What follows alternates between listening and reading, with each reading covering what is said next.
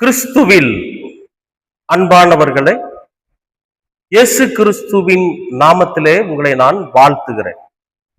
இன்றைய அனுதின உணவிற்காக கர்த்தர் நமக்கு கொடுக்கிற வார்த்தை எபேசியர் 3ஆம் அதிகாரம் 20, 21, 2 வசனங்கள். நாம் வேண்டிக் கொள்ளுகிறதற்கும் நினைக்கிறதற்கும் மிகவும் அதிகமாய் நமக்குள்ள கிரியை செய்கிற வல்லமையின்படியே நமக்கு செய்ய வல்லவராகிய அவருக்கு சபையிலே கிறிஸ்து இயேசுவின் மூலமாய் தலைமுறை தலைமுறைக்கும் சதா காலங்களிலும் மகிமை உண்டாவதாக.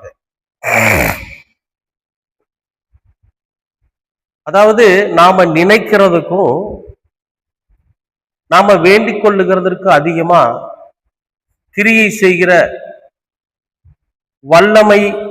வல்லமையின்படியே நமக்கு செய்ய வல்லவராய் இருக்கிற அவருக்கு சபையிலே கிறிஸ்து இயேசுவின் மூலமாய் அப்படின்னு சொல்லி இங்க 2 விஷயத்தை சொல்றார்.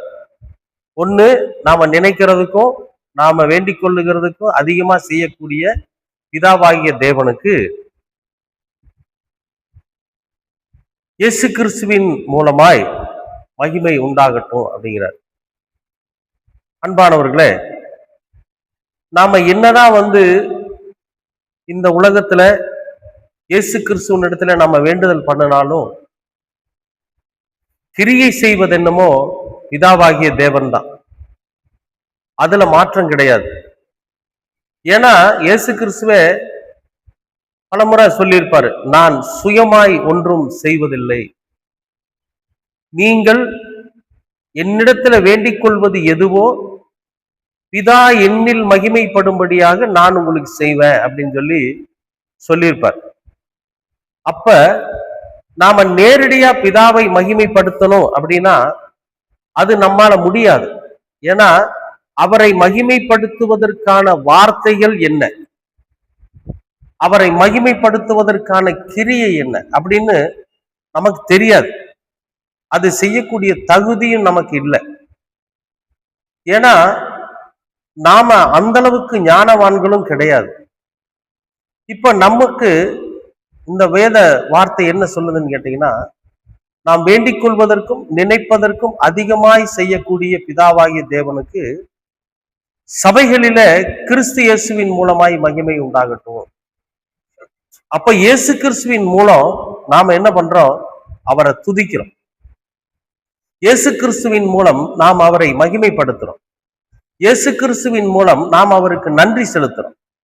இயேசு கிறிஸ்துவின் மூலம் நாம் அவரை உயர்த்தி பிடிக்கிறோம். எப்படி இங்க இதெல்லாம் செய்யறது அப்படின்னா, இயேசு கிறிஸ்து இந்த பூமியில வாழ்கிறப்ப என்ன செஞ்சாரு, பிதாவை மகிமைப்படுத்தும்படியா அவருடைய கிரியைகள் என்ன, இயேசு கிறிஸ்துவோட கிரியைகள் என்ன, பிதாவை இந்த பூமியில அறிமுகப்படுத்துவதற்கு இயேசு கிறிஸ்து செய்த செயல்கள் என்ன அப்படிங்கிறத முதல் பார்க்கணும்.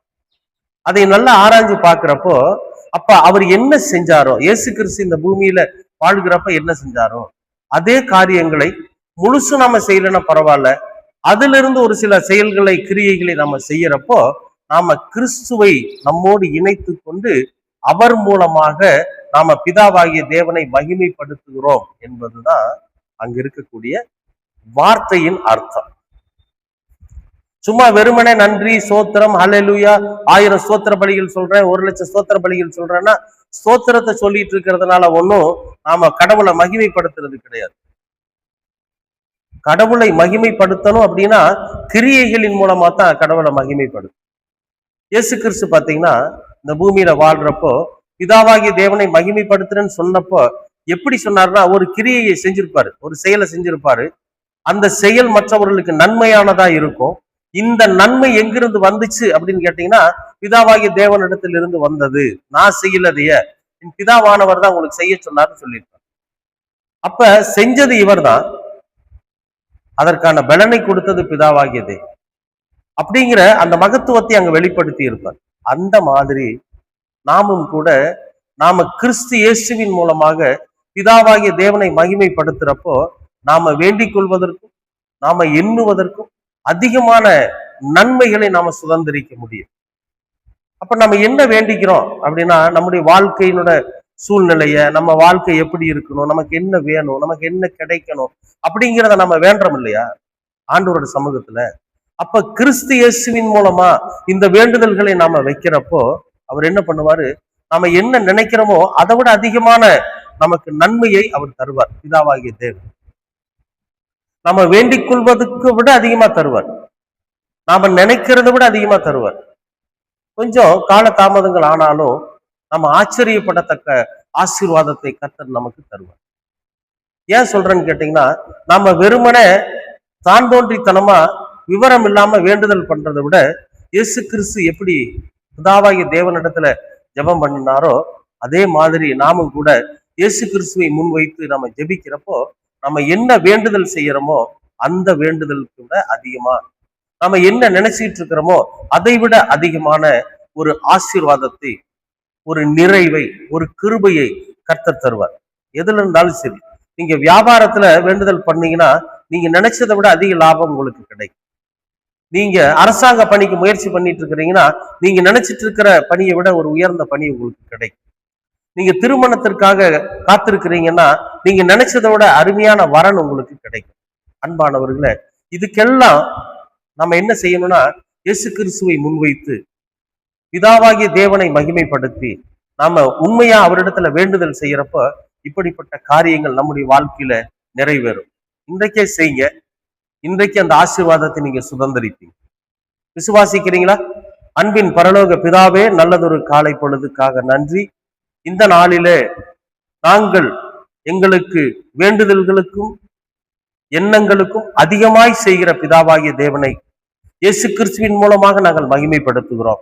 இயேசு கிறிஸ்து எங்களுக்கு எவ்விதத்தில் அறிமுகப்படுத்தி வைத்தாரோ அந்த தெரிந்து கொள்ளுதலின் நிமித்தம் நாங்கள் பிதாவாகிய தேவனை மகிமைப்படுத்துகிறோம்.